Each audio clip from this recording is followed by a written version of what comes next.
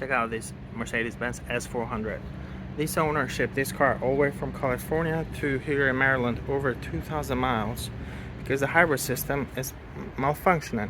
So they had the car diagnosed at the Mercedes dealership out in California, according to the owner, and they got a quote of $28,000. So it's not uncommon, because a lot of times you have these cars where both the hybrid battery and the power electronic module fail, and then both of those together typically cost over $25,000 to repair. And this car, though it's over 10 years old, they're still ride amazing, they look great, they get good fuel economy, but once they stop, the hybrid system stops working, then you have a paperweight because the car will no longer start.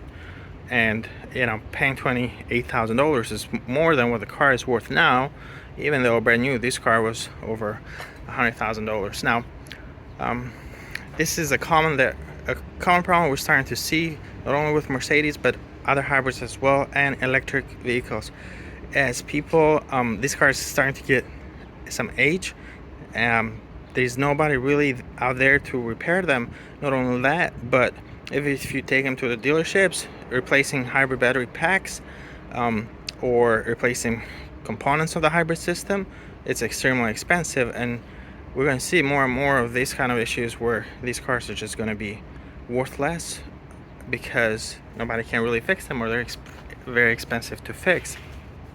On this one, if this car was built with a regular starter from the beginning, then what would have happened is that, let's say, even if the hybrid system stops working, this is a mild hybrid, so it can run a gasoline engine just perfectly fine, and you still have a functional car. But that wasn't the case when they built this vehicle.